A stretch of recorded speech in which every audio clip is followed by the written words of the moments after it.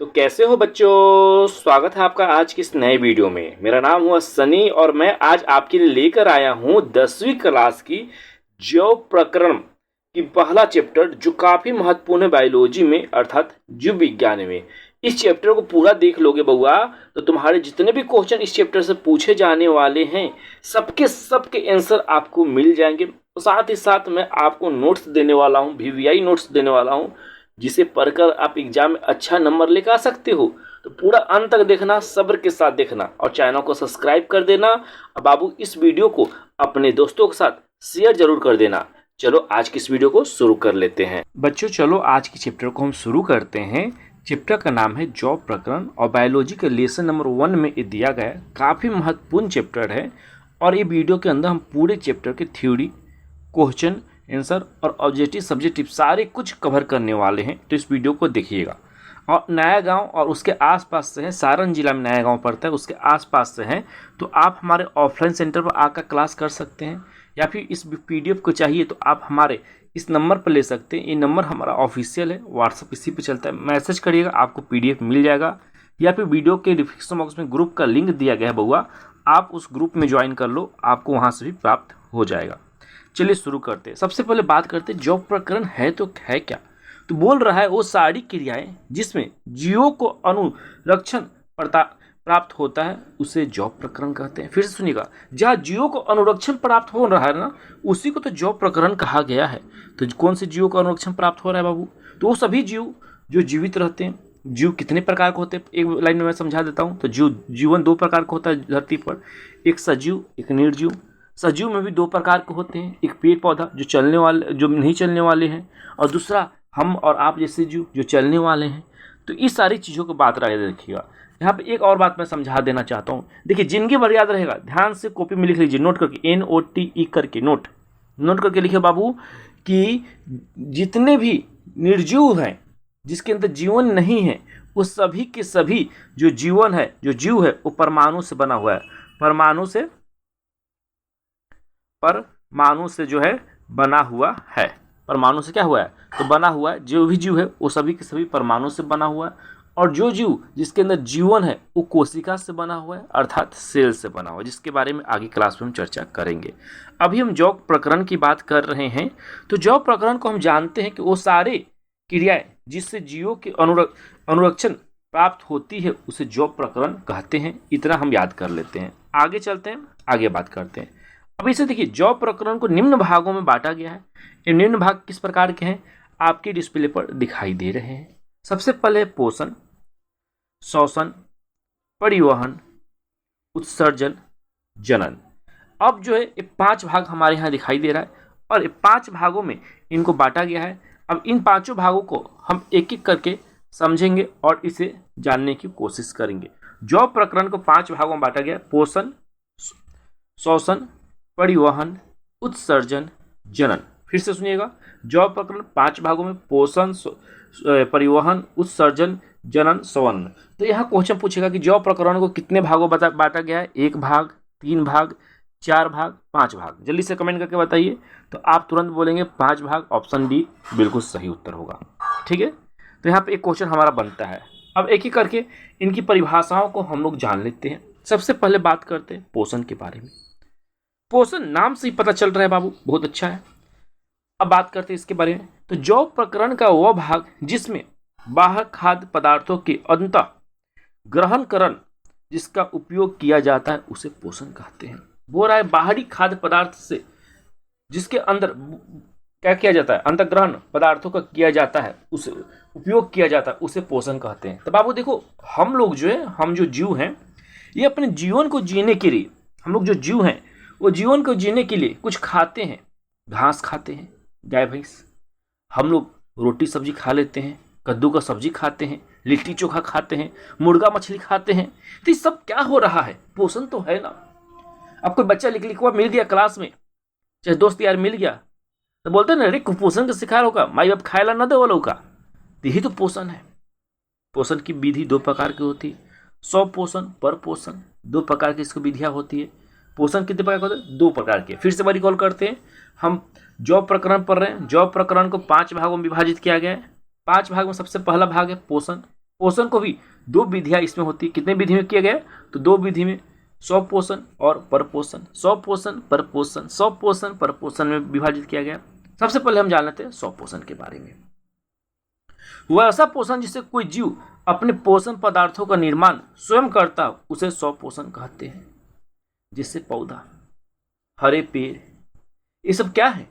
इनको को खाना थोड़े देता है जी, या किसी को मार कर चिबा कर थोड़े खाते हैं, नहीं खाते हैं ना, ये अपना खाना खुद बना रहे हैं। तो स्वपोषण, स्व मतलब स्वयं, स्व मतलब स्वयं, स्वयं पोषण मतलब खाना पीना।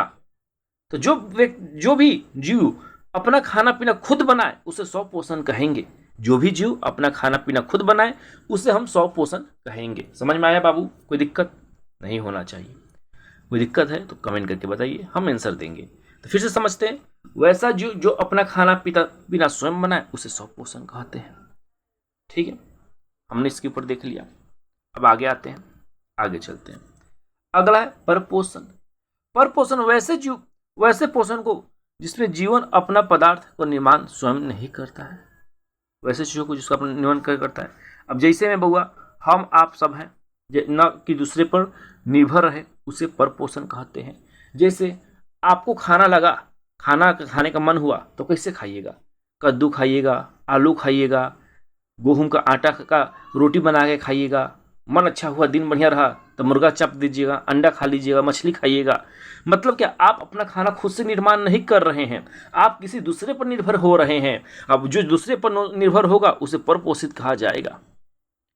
टॉपर एकेडमी ये नोट्स आपके लिए लेकर आया है। ये नोट्स लेने के लिए एक दफ़ा फिर से याद करवा दूं, हमारे नीचे ग्रुप दिया गया है या नंबर आपके डिस्प्ले पर दिखाई दे रहा है, आप जरूर ज्वाइन होके। ठीक है, चलिए आगे चलते हैं। परपोषण की 3 विधियों की यहाँ पर चर्चा की गई है। परपोषण की कितने विधियों की चर्चा की गई है? 3 विधियों की चर्चा की गई है। देखिए, अब तक हमने जैविक प्रकरण के बारे में बात किया, जिसके अंदर 5 विधि की बात की गई है। उसके बाद उसमें देखें तो हमने पोषण की बात किया। पोषण को भी हमने देखा तो उसमें 3 विधि बात की गई थी, 2 विधि बात की गई थी। उसमें भी अब बात की 2 विधि में, तो स्वयं पोषण, परपोषण। परपोषण को स्वयं पोषण की कोई विधि बात तो नहीं की गई है, लेकिन परपोषण में बात की गई है। 2 प्रकार की विधियों की बात कही गई है। सबसे पहला इसकी विधि, 3 प्रकार की विधि की बात की गई है। तो सबसे पहला इसकी विधि है मित्र जीवी। वैसा पोषण जिसमें कोई जीवन अपने भोजन के लिए मृत, सड़े गले पदार्थों पर निर्भर रहता है उसे मित्रजीवी पोषण कहते हैं, जैसे कवक, जीवाणु इत्यादि। अब देखिए, कोई ऐसा भी होगा जो किसी दूसरे पर निर्भर करता होगा कि फलाना मरेगा तो फिर हम खाएंगे, उसका सड़ा हुआ गला हम खाएंगे, दूसरे पर निर्भर कर रहा है तो उसे मित्रजीवी पोषण कहते हैं। जो मरे हुए लोगों को खाए, मरे हुए जीव जंतुओं को खाए, उसे मित्रजीवी पोषण कहते हैं, जैसे कवक, जीवाणु। आपके मन में सवाल उठ सकता, कुत्ता को भी बोल सकते हैं? तो नहीं बउआ, कुत्ता जिंदा मुर्गा को भी फरिया लेता है, याद रखिएगा। तो जो मरे हुए जीव को खाए, जिंदा को न खाए। तो कवक और जीवाणु एक ऐसे हैं जो मरे हुए जीव को ही खाते हैं, जिंदा को नहीं खाते हैं। और जब जिंदा को खाइबे नहीं करेंगे तो कैसे बोलेंगे मित्र पोषण? इसीलिए जो जिंदा को खाएगा उसी को मित्र पोषण कहा जाएगा। और कवक जीवाणु जिंदा को नहीं खाता है, मरे हुए को खाता है, उसी पर निर्भर करता है। ठीक है। परजीवी। परजीवी क्या है भाई? बहुत भयंकर नाम लग रहा है। परजीवी की बात करते हैं, वैसा पोषण जिसमें कोई जीव किसी दूसरे जीव पर प्रत्यक्ष या अप्रत्यक्ष रूप से रहकर भोजन ग्रहण करता हो उसे परजीवी कहते हैं। जैसे कि आपके माथा में ढील है, जिसे बोलते हैं जू। जू क्या है? आप जीव है, आपके ऊपर माथा पर बैठा हुआ है, आप पर निर्भर है कि अब केस में से भगा दीजिएगा तो मर जाएगा, उसका जीवन खत्म। वैसे पोषण को परजीवी पोषण कहते हैं। फिर से समझिएगा बाबू, वैसा पोषण जो किसी दूसरे जीव के ऊपर निर्भर रहता हो उसे परजीवी पोषण कहते हैं। परजीवी पोषण कहते हैं जो एक दूसरे को प्रत्यक्ष या अप्रत्यक्ष रूप से उसके भोजन को परजीवी पोषण कहते हैं। जीवाणु, ये सभी क्या है? परजीवी है, एक दूसरे पर निर्भर है। हम आप उसको हटा देंगे तो मर जाएगा। गैया के देह में अठैल, गाय के देह में क्या है? अठैल।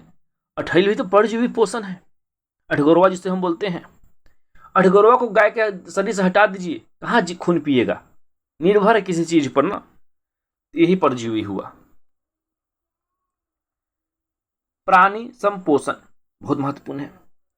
वैसा पोषण जिसे कोई जीव अपनी भोजन को ठोस या तरल रूप में ग्रहण करता हो उसे प्राणी पोषण कहते हैं। वैसा जीव जो अपने भोजन को ठोस या तरल रूप में ग्रहण करे उसे प्राणी संपोषण कहते हैं। तो हम आप जो है प्राणी संपोषण में आते हैं। मनुष्य जो है प्राणी संपोषण में आता है, जानवर प्राणी सम में आता है, पक्षी प्राणी सम में आता है, क्योंकि बाबू ये सभी जो हैं भोजन द्रव में खाते हैं। रोटी द्रव में हम खाते हैं, चावल द्रव में खाते हैं, कोको कोला क्या कथी में खाते हैं? द्रव में खाते हैं। अरे बउआ फंस गए ना, कोको कोला द्रव में खाते हैं, समझे। अब भोजन जो है ठोस में, रोटी ठोस होता है, पानी नहीं थोड़े होता है जो हाँ हम उड़ी हिला रहे हो। अरे बाबू फंस जाते हो, काहे फंस रहे हो? चलो कोई बात नहीं, ध्यान रहे क्लास पर, ठीक है ना। ऑनलाइन क्लास हो रहा है तो मास्टर साहब ये नहीं कि ध्यान नहीं दे रहे हैं आपके ऊपर, पूरा ध्यान दे रहे हैं। और जब पूरा ध्यान दे रहे हैं तो पूरी बातों को भी कहेंगे। तो वो बात हो रही है पर पोषण की हो रही है, और इसमें बोला जा रहा है वैसा पोषण जिसे एक जीव किसी भोजन को ठोस या तरल रूप में ग्रहण करे। तो रोटी खा रहे हैं तो क्या है? ठोस है। भात खाए ठोस है, दाल पिए तो ठोस और द्रव दोनों है, और कोको कोला पी लिए तो द्रव है, पानी है, लिक्विड है। अब हम सब पी रहे हैं, चिड़िया भी यही करती है, जानवर भी यही करता है, तो सब क्या हुआ? प्राणी संपोषण कहलाया। क्वेश्चन पूछ देगा मनुष्य किस पोषण में आता है निम्नलिखित में से? तो प्राणी संपोषण में आता है। किस पोषण में आता है बाबू? तो प्राणी संपोषण में आता है, ठीक है। चलिए अब आते हैं पौधों में पोषण के बारे में पढ़ते हैं।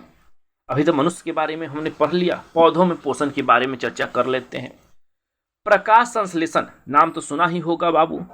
प्रकाश संश्लेषण शब्द हम पढ़ते आ रहे हैं बचपन से, इसी को थोड़ा अपडेट करके पढ़ लेते हैं। हरे पेड़ पौधे सूर्य के प्रकाश की उपस्थिति में, हरे पेड़ पौधे सूर्य की प्रकाश की उपस्थिति में वायुमंडल से कार्बन डाइऑक्साइड CO2 और मिट्टी से जल, खनिज, लवण ये सभी लेकर अपने लिए खाना बनाते हैं। पत्तियों को, कोशिकाओं को भोजन का निर्माण करते हैं, और इस प्रक्रिया को प्रकाश संश्लेषण कहते हैं। यहाँ 2 प्रश्न बनेगा, फिर से याद दिला दो। टॉपर एकेडमी के ग्रुप में ज्वाइन होना है तो ये नंबर दिखाई दे रहा है। ऑफलाइन बैच पढ़ना है तो नया टॉपर एकेडमी जरूर ज्वाइन करिए। हमारा पता यहाँ पर आपके डिस्प्ले पर दिखाई दे रहा है। अब बच्चे हम आते हैं मुद्दे के ऊपर। मुद्दा ये है, क्वेश्चन क्या है? मुद्दा ये है हमारे सामने आपके डिस्प्ले पर कि मुद्दा यह है कि हरे पौधे जो है अपना प्रकाश संश्लेषण करते हैं, तो उसमें मदद उसका कौन करता है? तो पत्तियां करता है। क्वेश्चन पूछेगा पौधा प्रकाश संश्लेषण के माध्यम से खाना बनाती है तो किसका मदद लेती है? ऑप्शन ए सुनिएगा, जड़ से। ऑप्शन बी, टहनियों से। ऑप्शन सी, पत्तियों से। ऑप्शन डी, आपको बताना है पेड़ के डारों से। इसका हो जाएगा पत्तियों से। पत्तियों से अपनी कोशिकाओं में भोजन का निर्माण करती है, और निर्माण करने के बाद सारे पौधों को अपने शरीर के अंदर भेज देती है। इसका फॉर्मूला बहुत महत्वपूर्ण है, इसे रट्टा मार दीजिए, इसे रट्टा मार लीजिए। आपके डिस्प्ले पर दिखाई दे रहा है, बोल रहा है 6CO2 + 12H2O डैश देखिए प्रकाश संश्लेषण, फिर डैश दीजिए क्लोरोफिल, उसके बाद नीचे लिखिए C6H12O6 + CO2HO2O। आप ये लिख देंगे। जब ये लिख देते हैं तो आपका क्वेश्चन बहुत बढ़िया से हो जाएगा। बस जो चेक करने वाला बोलेगा वो बहुत अच्छा से क्वेश्चन पूछ दिया जाएगा। प्रकाश संश्लेषण के बारे में वर्णन करें तो आपको ये फार्मूला वहाँ पर लिखना जरूरी है, महत्वपूर्ण फार्मूला है। या फिर आपकी ऑब्जेक्टिव क्वेश्चन पूछ दिया जाए, बाबू बता दो, बउआ बता दो, सोना बता दो कि प्रकाश संश्लेषण का फार्मूला क्या होता है, तो ये होता है, आपके डिस्प्ले पर दिखाई दे रहा है, और इसे लिखना आपके लिए काफ़ी जरूरी है। ठीक है, चलिए आगे चलते हैं। प्रकाश संश्लेषण में पहले सरल कार्बोहाइड्रेट के बाद जटिल कार्बोहाइड्रेट का निर्माण होता है। देखिए प्रकाश संश्लेषण में सबसे पहले जो होता है सरल कार्बोहाइड्रेट का निर्माण होता है, बाद में जटिल कार्बोहाइड्रेट का निर्माण होता है बाबू।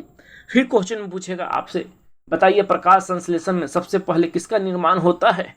सरल कार्बोहाइड्रेट का, या फिर जटिल कार्बोहाइड्रेट का, या कार्बन डाइऑक्साइड का, या ऑक्सीजन का? हम तुरंत मारेंगे प्रकाश संश्लेषण में ऑक्सीजन का निर्माण होता है, क्योंकि कार्बन डाइऑक्साइड तो लेता है। लेकिन क्वेश्चन यहाँ गलत हो जाएगा। सबसे पहले निर्माण होता है सरल कार्बोहाइड्रेट का, बाद में जटिल कार्बोहाइड्रेट का निर्माण होता है। तो देखिएगा, जो तथ्य है उसे बढ़िया से पढ़िएगा, जो पढ़ेगा वही टॉपर बनेगा। और टॉपर अकेडमी ऐसा एक भी प्रश्न नहीं है जो छोड़ रहा है आपके लिए, हर एक प्रश्न को लाइन बाय लाइन लिख कर आ रहा है। और आपकी उड़ान इतनी तगड़ी होनी चाहिए, आपकी उड़ान इतनी तगड़ी होनी चाहिए कि बाबू नीतीश बाबू भी 1 लाख रुपया देने से बचे नहीं। याद रखिएगा, क्योंकि टॉपर आएंगे तभी 1 लाख रुपया मिलेगा और आपकी सपनों की उड़ान यहीं से शुरू होगी। आप कितना अच्छा टेकअप करेंगे ये यहीं से शुरू होगा। तो टेकअप करने का बहुत अच्छा मौका है आपके साथ, आपके सामने दिखाई दे रहा है। बस सब्र के साथ बैठिए और कुछ महीनों की बात है, कामयाबी आपके कदमों में होगी। चलिए आगे चलते हैं, प्रकाश संश्लेषण के अगले चलते हैं। प्रकाश संश्लेषक का मुदय उत्पादन ग्लूकोज होता है। ग्लूकोज का फार्मूला हमने यहाँ लिख दिया है C6H12O6 तथा उत्पादक होता है ऑक्सीजन CO2 होता है। ठीक है, तो प्रकाश संश्लेषण का मुदय उत्पादन ग्लूकोज तथा उत्पादक ऑक्सीजन होता है O12 होता है। प्रकाश संश्लेषण के मध्य पदार्थ का जल जो होता है H2O होता है। प्रकाश संश्लेषण का मध्यवर्ती पदार्थ का जल होता है H2O होता है। याद रखिएगा H2O होता है। ठीक है, तो यहाँ तक हमने चर्चा कर लिया है। क्लास में अभी आपको बोर होने शुरू हो गए होंगे आप लोग, लेकिन बोर होने की जरूरत नहीं है, हर एक चीज आपके लिए महत्वपूर्ण है। ठीक है, आगे चलते हैं। प्रकाश संश्लेषण के बारे में फिर से आगे चलते हैं। प्रकाश संश्लेषण सबसे ज्यादा लाल प्रकाश तथा सबसे कम बैंगनी प्रकाश में होता है, लेकिन हरा प्रकाश में प्रकाश संश्लेषण होता ही नहीं है। फिर से सुनिएगा, प्रकाश संश्लेषण जो होता है सबसे अधिक लाल प्रकाश में होता है। जब सुबह की लाल प्रकाश और शाम की लाल किरणें होती है तो उस समय प्रकाश संश्लेषण सबसे अधिक होता है। और बैंगनी प्रकाश जब प्रकाश पड़ती है, मतलब हल्का हल्का बैंगनी हो, वैसे सिचुएशन में प्रकाश संश्लेषण जो होती है नहीं होती है। और हरा जब प्रकाश हो तो वैसे सिचुएशन में भी प्रकाश संश्लेषण नहीं होता है। तो क्वेश्चन पूछ दिया जाएगा कि सबसे अधिक किस समय होता है, तो सबसे अधिक होता है लाल प्रकाश के समय। और बैंगनी सबसे कम कब होता है, तो बैंगनी के समय। अब कब नहीं होता है, तो हरा प्रकाश होगा तो उस समय नहीं होगा। आप बोलोगे सर जी हरियर रंग का धूप कहाँ निकलता है, तो बाबू हरियर रंग का धूप के कहने का तात्पर्य यह है कि धूप तो हरा निकलता नहीं है, लेकिन अगर आप कोई पेड़ लगा है जो हरे बॉल के नीचे पड़ रहा हो तो उस समय प्रकाश संश्लेषण नहीं होगा, पेड़ सूख जाएगा। याद रखिएगा। अगले चलते हैं, आगे बोल रहा है चिंगरा एक ऐसा पौधा है जो जड़ से लेकर पत्ते तक प्रकाश संश्लेषण करता है। सॉरी, चिंगरा नहीं, सिंघारा जो हम लोग खाते हैं, सिंघारा जो एक ऐसा पौधा है जो जड़ से लेकर, जड़ मतलब जड़ी से नीचे से लेकर ऊपर तक, मतलब कहने का मतलब सिंघारा एक ऐसा पौधा है जो ठूस के खाता है, नीचे से ऊपर तक ठूसता है फिर खाता है। तो सिंघारा एक ऐसा पौधा है जो ऊपर से नीचे तक ठूस के खाता है और प्रकाश संश्लेषण करवाता है। सिंघारा एक ऐसा पौधा है जो प्रकाश संश्लेषण कैसे करवाता है, तो ऊपर से नीचे तक ठूस के करवाता है और करता है। चलिए प्रकाश संश्लेषण, चलिए आगे चलते हैं, सिंघारों से आगे बढ़ते हैं। यहाँ पर देखिएगा प्रश्न है, प्रकाश संश्लेषण प्रक्रिया के लिए क्लोरोफिल क्यों आवश्यकता है और इसके एक प्रयोग को आपको वर्णन करना है। क्वेश्चन है VVI क्वेश्चन है, VVI। अब इस प्रश्न को आपको करना है, हम नहीं करवाएंगे, हम करवाएंगे आपको, लेकिन कुछ दिनों के बाद। इसके लिए आपको 15 दिन का हम समय दे रहे हैं। 15 दिन बहुत ज़्यादा हो जाएगा बाबू, चलो इस हफ्ते का समय देते हैं। आज है 12 अगस्त, 20 अगस्त तक, 15 अगस्त तक, हाँ 20 अगस्त कर देते हैं। 20 अगस्त के क्लास में इसके डिस्कशन करवा देंगे। अगर आप 20 अगस्त के बाद देख रहे हैं तो चैनल पर आपको मिल जाएगा, वहाँ पर आपको क्वेश्चन आंसर का डिस्कशन होगा।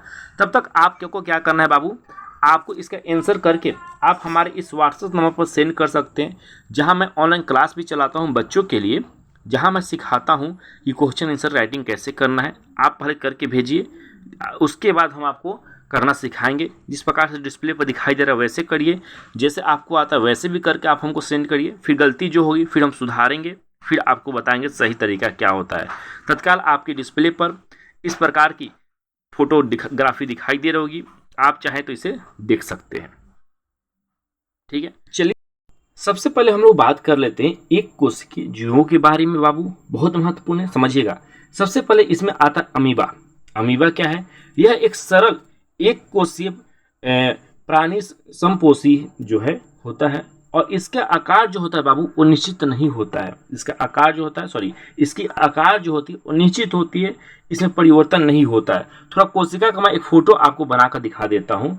कोशिका इस प्रकार से दिखाई देता है, एक गोलाकार होता है, बीच में एक बिंदु होती है, ठीक है, इस प्रकार का। उसके बाद इस छोटी छोटी इसमें और भी जीव जो होती है दिखाई देती है, जो माइक्रोस्कोप से हमें दिखाई देती है, आमतौर पर हमें दिखाई नहीं देती है, ठीक है। इसका आकार निश्चित होता है। यह अपना भोजन अंतर ग्रहण से मदद से करता है, अंतर ग्रहण खुद की मदद से अपना भोजन ये कर लेता है।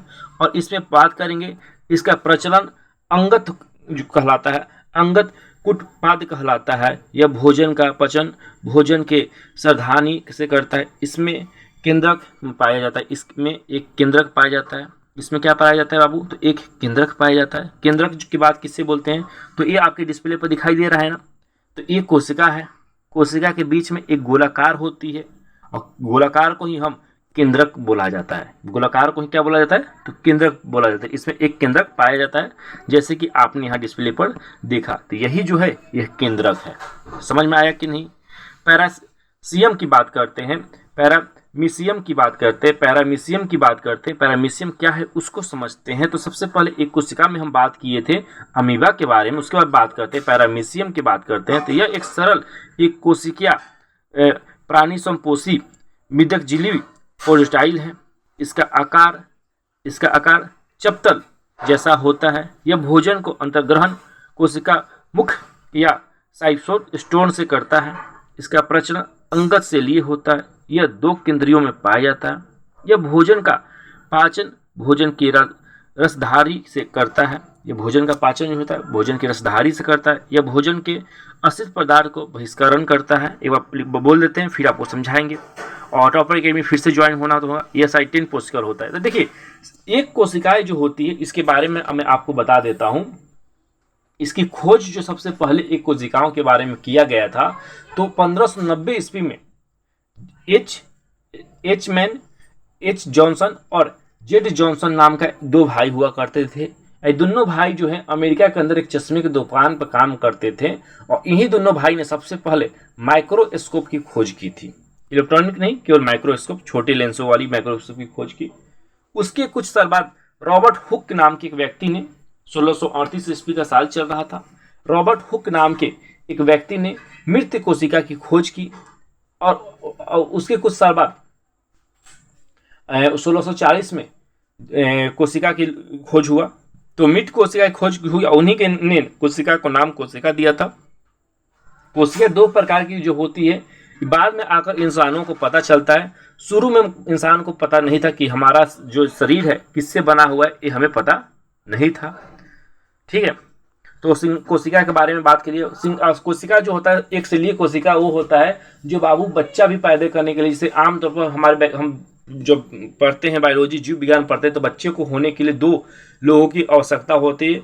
लेकिन यहाँ पर जो बात की जाती है सिंगल कोशिकाओं में, तो यहाँ पर वो अपने आप से ही बच्चा पैदा कर देता है, और नर और मादा दोनों होता है। तो सिंगल कोशिकाओं के बारे में आगे और विस्तृत में पढ़ना है, और 9th क्लास आपने बढ़िया से पढ़ा है, तो वहाँ पर इसके बारे में और चर्चा की गई थी, ठीक है। आते हैं बहुकोशिका जीव के अंदर आते हैं, और बहु कोशिकाएं जीवों में पोषण की हम बात करते हैं।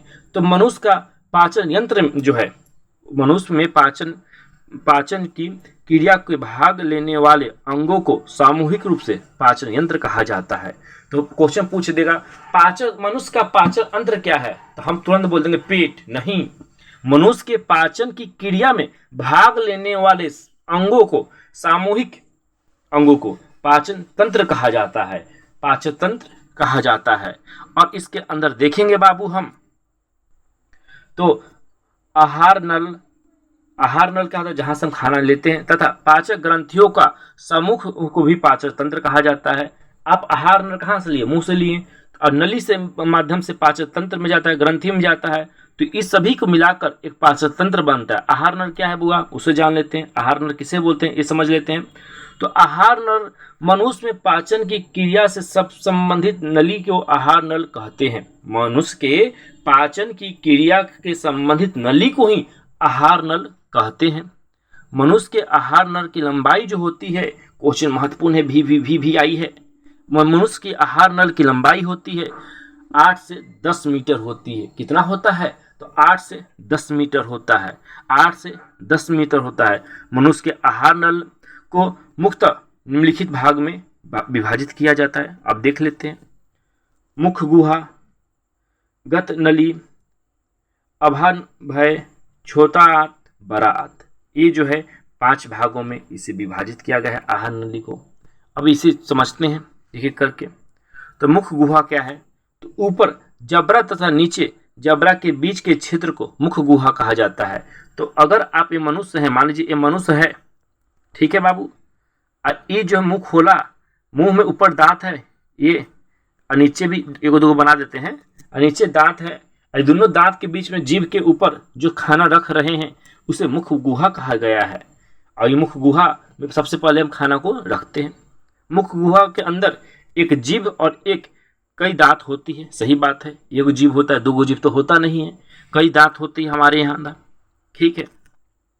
मुख गुहा को बंद करते ही 2 मसल जो है उका करते हैं, उसको दबाते हैं, और मुख गुहा में 3 जोड़ लार ग्रंथियों पाई जाती है, जिसके नाम आपके सामने विस्तृत रूप से लिखा गया है। क्या लिखा गया है? पैरारोडिक ग्रंथ, सब बैलीग्रुथ ग्रंथ और सब लिगुआ ग्रंथ। यहाँ पर ग्रंथ के बारे में चर्चा की गई है। तो 3 प्रकार के ग्रंथों की बात कही गई है, और तीनों प्रकार के ग्रंथ बाबू यहाँ पर आपको दिखाई दे रहा है। सबसे पहले बात करते हैं लार ग्रंथि की। लार क्या है? देखिए, कोई भी जीव ना जो मुंह में रखकर खाना खा रहा है इस धरती पर, उसके अंदर लार जरूर होगा, मतलब पानी जरूर होगा। जैसे कोई चीज को देखते हैं हम, मिठाई उठाई, अच्छा पकवान, तो मुंह में पानी आ जाता है ना, स्वाभाविक है। अगर मुंह में पानी नहीं आएगा तो खाना को निगल नहीं पाइएगा, जबरा क्या होगा? छिला जाएगा, मर जाइएगा। तो मुंह में पानी आना बहुत जरूरी है। लाल जो होता है, जिसे हम रार बोलते हैं, एटाइनिक्स नामक एंजाइम में पाया जाता है, जो कि भोजन को उपस्थिति में कार्बोहाइड्रेट का पाचन करता है। इसे लार क्या होता है? खाना को सॉफ्ट बनाता है भोजन की उपस्थिति में, और मुंह में रखते ही खाना की पाचन की प्रक्रिया जो होती है हमारे शरीर में वो शुरू हो जाती है। भोजन की पाचन जो होता है वो कहाँ से शुरू हो जाता है? तो मुख गुहा, मतलब मुंह में रखते ही शुरू हो जाता है। जैसे ही आप मुंह में कोई चीज को रखें, पेट, शरीर का जो ग्रंथियां है उसे पचाना शुरू कर देता है। समझे कि नहीं? सबसे पहले बात करते हैं जीभ के बारे में। मुख गुहा के फर्श पर स्थित मसल को, जो मसल की रचना की गई उसे हम जीभ कहते हैं। तो जो फर्श होता है, मतलब फर्श कहाँ? नीचे। तो मुख गुहा के जो नीचे वाली जो है उसे हम जीभ कहते हैं। जीभ का पिछला भाग जुड़ा हुआ होता है किसे? गला का, और यह भाग स्वतंत्र होता है। जीभ का पिछला जो भाग होता है गला से जुड़ा होता है। आप अपने मुंह में उंगली डालिए और जीभ को चेक करिए, गर्दन से जुड़ा हुआ है कि नहीं, क्या उखड़ रहा है? नहीं उखड़ रहा है, स्वतंत्र है। आगे पीछे इधर उधर हिला लेते हैं, मतलब स्वतंत्र है। तो ये क्या है बाबू? तो ये मुख गुहा में है, और जीभ शरीर का पिछला भाग से जुड़ा हुआ है। सही बात है बुआ। जीभ का विभिन्न प्रकार के स्वाद सेल जो होते हैं उसके अंदर बनाए होते हैं, और इसे स्वाद कलिया पाई जाती है, स्वाद कलिया कहते हैं। स्वाद के जो होता है ना, जैसे हम कोई चीज खाते हैं तो तीखा लगा, मीठा लगा, अच्छा लगा, बुरा लगा, कड़वा लगा, कैसे पता चलेगा? कोई बोला कि भुआ ये लो मिठाई है, कह के करेला खिला दिया, तो कैसे पता चलेगा कड़वा है क्या है? तो जीभ आपको बताएगा। अब उसमें 3 प्रकार की ग्रंथियां दी गई है, जैसे स्वाद कलिया बोलते हैं हम लोग। क्या बोलते हैं? स्वाद कलिया। जैसे कि फंगिस फॉर्म, फांगी फॉर्म जो है एक खट्टा, मीठा, तीखा, नमकीन आदि का स्वाद बताता है। बहुत अच्छी बात है। फीलिफॉर्म यह कोई स्वाद नहीं बताता है, और सर्कल वॉलेट यह कड़वा स्वाद को बताता है। तो नीम खा लीजिएगा तो यही बताएगा। बाकी जो है सबसे बड़ा याद रखिए, फंगी फॉर्म क्वेश्चन पूछ दिया जाता है कि स्वाद के पता जीभ से कैसे पता चलेगा? तो फंगी फॉर्म से पता चलेगा। ठीक है, कैसे पता चलेगा? तो फंगी फॉर्म से पता चलेगा। समझ में आया कि नहीं आया? इसमें आगे बात करते हैं। जीभ जो होता है भोजन को उलटने पलटने और ध्वनि निर्माण की मदद करता है। जीभ का काम क्या है? तो भोजन को उलटने पलटने, इधर से उधर चिबाते हैं, पगुराते हैं। तो आप कोई चीज़ खाइए, अभी खा कर कोशिश करिए उसको समझने का, या फिर मुँह चबाइए। तो खाना एक कोना में रखते हैं, रसगुल्ला एक गाल में दाबते हैं और दूसरे गाल में पहुँच जाता है। तो जीभ क्या करता है? इधर से उधर पलटता है। उसके अलावा ध्वनि, अगर जीभ किसी का काट दिया जाए तो उसके मुंह से बोली नहीं निकलेगा। जैसे कि आप ट्राई कर सकते हैं, अपने मुंह को, जीभ को जमीन में यानी फर्श पर सटा लीजिए, मैं हिलाइए मत उसको, दाब लीजिए, दाब कर फिर बोलने की कोशिश करिए, आप बोल नहीं पाइएगा। कोशिश करिए, कर रहे हैं ना, नहीं बोल पाए ना बउआ, देखिए हम बोले थे नहीं बोल पाओगे, क्यों? क्योंकि जीभ जब तक हिलेगा नहीं, स्वतंत्र नहीं होगा, आप बोल ही नहीं पाइएगा। ठीक है, आगे आते हैं। आगे है टॉपर अकेडमी में ज्वाइन होना चाहते हैं तो फिर से नंबर आपकी डिस्प्ले पर है बाबू, ज्वाइन जरूर होइएगा। बात करते हैं दांत के बारे में। दांत जो है यह मनुष्य में सबसे पीछे जन्म लेने वाला हड्डी है। दांत जो है मनुष्य में सबसे पीछे, जैसे कि आप मनुष्य पैदा लेता है तो साथ में जीभ, नाक, कान, हाथ, गोर, मुंह, लीवर, किडनी, फेफड़ा सब होता है, लेकिन दांत नहीं होता है। दांत भगवान जी बाद में भेजते हैं, ठीक है ना, शुरू में दांत नहीं भेजते हैं, ठीक है ना। देखते हैं बुआ कि आमतौर पर साल भर या 1.5 साल का बच्चा हो जाता है फिर दांत आता है, किसी का पहले आ जाता है, किसी का बाद में आता है, लेकिन जन्म लेते समय दांत नहीं होता है। चलिए आगे बात करते हैं। दांत जो होता है कैल्शियम का बना होता है और इसमें फास्फोरस के बने होते हैं। किसका किसका होता है? तो कैल्शियम और फास्फोरस Ca+P का बना होता है क्या? दांत। और दांत कहाँ होता है बुआ? तो दांत जो होता है जीभ के ऊपर और नीचे की वो रहता है, बाहरी परत को बनाता है। अब बात करते हैं जीवन में दांतों के दो भागों में इसको बताया गया है, उसे देख लेते हैं। पहला है अस्थाई दांत। अस्थाई दांत क्या होता है बुआ? अस्थाई दांत। पहला है अस्थाई दांत, ये जो होता है 20 होता है। कितना होता है? 20 होता है। जब व्यस्त हो जाते हैं तो अस्थाई दांत आता है, जो मरने के समय तक रहता है।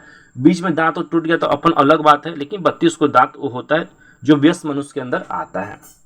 अस्थाई दांतों की संख्या कितनी होती है? 20। अस्थाई की तो 32। देखिए कितना डिटेल में क्लास चल रहा है, बेसिक हम पकड़ रहे हैं। और जो बच्चा सब्र के साथ वीडियो देख रहा है ना बउआ, क्वेश्चन छूटने वाला नहीं है कहीं से, ठीक है ना, कहीं से भी छूटने वाला नहीं है। चलिए आगे चलते हैं। कार्य तथा रचना के आधार पर दांतों को 4 भागों में विभाजित किया गया है। चलिए कार्य तथा रचना, अब दांत के जो कार्य है उसकी रचना है, उसके आधार पर दांतों को 4 भागों में विभाजित किया गया है, उसको समझते हैं। तो कर्णनाक या कृत दंत जिसे बोलते हैं, इसे आई से सूचित किया जाता है। ये 8 गो होता है और इसका काम होता है काटना। तो आपको पता कैसे चलेगा कि काटने वाला दांत किसका है? तो घर में बहन चाहे भाई है, पकड़ के किटिटा के काटी हाथ में दांती, उसका दांत पे दाग देखिए, कौन सा दांत का दाग उखड़ा। तो जो दांत का उखड़ा, 4 को आगे वाला ऊपर वाला, 4 को नीचे वाला का उखड़ेगा। काट के देखिए, चाहे अपने हाथ में किटिटा के काटिए, एकदम कस के काटे। जब काट के देखेंगे तो पता चलेगा कि दांत जो है कौन कौन काटने वाला है, ठीक है। उसके बाद रदनाक या फिर भेद का दांत, ये क्या है? इस 4 को होता है, जिसका काम होता है चीरना फाड़ना। मतलब आप ऊँख को चीरते हैं ना, या कुछ प्लास्टिक को खींचते हैं तो क्या दांत के बीचों बीच घींच के खींचते हैं, नहीं ना। या कुरकुरे के पैकेट को फाड़ते हैं दांत से, तो कैसे फाड़ते हैं? साइड वाला से फाड़ते हैं। तो इसकी संख्या 4 गो होती है, दो गो बगल में, 2 गो इनने, 2 गो इनने, तो 4 गो होती है, ठीक है। उसके बाद अर्धचर्क नाक या फिर चौनाक। चौ जो होता है नीचे होता है, इसका काम होता है दबाना, चबाना, ठीक है। तो ई जो होता है 8 गो और 12 गो होता है, और इसको काम क्या होता है? इसको चबाना होता है, जबड़ा के पास होता है। और भात, दाल, रोटी, सब्जी जो भी हम खाते हैं तो यहीं से दबा कर खाते हैं, ठीक है। तो इसका काम होता है चबाना। जो चौला नीचे बैठा होता है उसका काम होता है चबाना। चलिए अब आगे चलते हैं। लंबाई के दृष्टिकोण से दांतों को 3 भागों में विभाजित किया गया, 3 भागों में बांटा गया। दांत का सबसे ऊपरी भाग नुकीला होता है, जिसे शिखर कहते हैं। शिखर इसलिए कहते हैं क्योंकि पर्वत की तरह इस प्रकार से निकला होता है दांत हमारा, इसलिए शिखर दांत कहलाया। दांत का जो भाग मसूड़े में धंसा होता है उसे जड़ कहते हैं, क्योंकि जड़ की तरह धंसा होता है इस प्रकार से। का मसूड़े में इस प्रकार से धंसा हुआ है। शिखर और जड़ के बीच वाले भाग को ग्रोवा दांत कहते हैं, ठीक है, बहुत अच्छी बात है। आंतरिक दृष्टिकोण से दांतों को 3 भागों में बांटा गया है। सबसे पहले ऊपरी, उसके बाद मजबूत और कठोर। तो 3 भागों में हमारी दांत को यहाँ विभाजित किया गया है। टॉपर अकेडमी में ज्वाइन होना है तो हो जाइएगा, नंबर डिस्प्ले पर दिखाई दे रहा है। चलिए आगे चलते हैं बाबू। हम चमकीला भाग जिसे इनामोल कहते हैं, एनामोल कहते हैं। एनामोल के अंदर पीले रंग का भाग होता है। दांत का देखिए वास्तविक रंग उजला नहीं है। अगर किसी का दांत बहुत ज्यादा उज्जर चकचका रहा है ना बुआ, तो दांत बहुत जल्दी उसका खराब होगा, क्योंकि दांत का वास्तविक रंग पीला होता है, हल्का पीला हल्का उजला। ये नहीं कि मुंह नहीं धुए सुबह सुबह ठूस लिए, तो ये काम नहीं करना है। तो बात समझते हैं।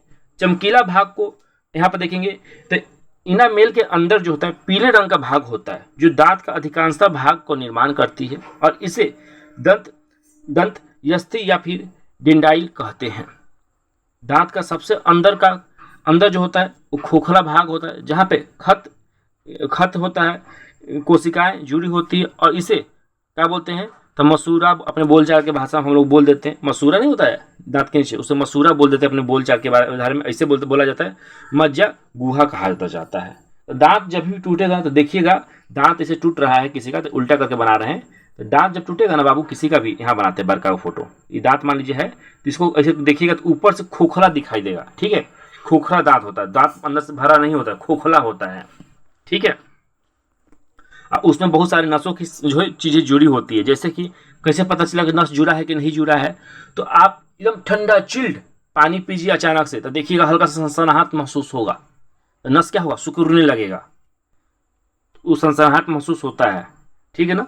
अब बात करते हैं दंत अस्थि के क्षय के बारे में बात करते हैं। भोजन करने के पश्चात जब दांतों की सफाई अच्छी तरह से न किया जाता है, तो दांतों की उपस्थिति में कार्बनहाइड्रेट या वीरा जीवाणु के द्वारा अम्ल के अंदर बनाए जाते हैं, जिससे दांतों की यक्ष जो होती है वो खराब होने लगती है। तो भोजन करने के बाद दांत को अच्छी तरह से साफ कर लेना चाहिए, और जितना बढ़िया भोजन कर रहे हैं आप, दांत को उतना बढ़िया से साफ करिए। दांतों को अच्छी तरह से सफाई न करने पर दांतों के ऊपर बनाए गए अस्थायी परतों पर क्या हो जाता है, दंत फलक आ जाता है, और इसको कहते हैं दंत फलक हम लोग कहते हैं। अब बात करते हैं ग्रह शनि के बारे में। ग्रह शनि क्या है बुआ, तो मुख गिरी के पिछले भाग में ग्रह शनि कहते हैं। जो मुंह के होता है, मुंह जो है, मुंह के पिछले भाग को हम लोग ग्रह शनि कहते हैं। ग्रह शनि को जो छिद्र में खोला जाता है, कंडार द्वार और निगराल द्वार। अब इसे देखते हैं कंडार द्वार को बात करते हैं बाबू हम। तो कंडार द्वार में हम पढ़ेंगे तो देखेंगे कि खासलिक खुले जाते हैं, और निगराल खलसनील जो खोले जाते हैं उसे कंडार द्वार कहते हैं। तो देखिए बहुत चीज़ों को हम यहाँ पर डिस्कशन करते जा रहे हैं, लेकिन टॉपर एकेडमी के ग्रुप में आप अभी तक ज्वाइन नहीं हुए हैं तो जल्दी से हो जाइए, आपके लिए अच्छा होगा। वहाँ पे हम हर रोज रात को अपने छात्रों को होमवर्क देते हैं, 24 घंटे का समय देते हैं। बच्चे अच्छे हैं, पढ़ने में ठीक हैं, वो हमें क्या करते हैं, बनाकर भेज देते हैं। और जब बनाकर भेज देते हैं तो हम उनसे बात करके चीज़ों को मैनेज कर लेते हैं। तो आप लोग भी बुआ जल्दी क्या करिए, ग्रुप में ज्वाइन होइए। क्वेश्चन भी जाएगा, क्वेश्चन को बनाइए, हमारे व्हाट्सएप नंबर पर चेक करिए, फिर हम आपको बताएंगे कि क्या गलती आप कर रहे हैं, क्या नहीं कर रहे हैं। तो सारी चीज़ों को हम यहाँ पर एक एक करके डिस्कशन कर रहे हैं। यहाँ पर लग रहा है वीडियो काफ़ी लंबा होते जा रहा है, तो इस वीडियो को यहीं हम ख़त्म करते हैं, ठीक है बाबू। अगला वीडियो को यहीं से हम लोग शुरू करेंगे, तो अभी यहीं पर रहने देते हैं, काफ़ी लंबा वीडियो हो गया है।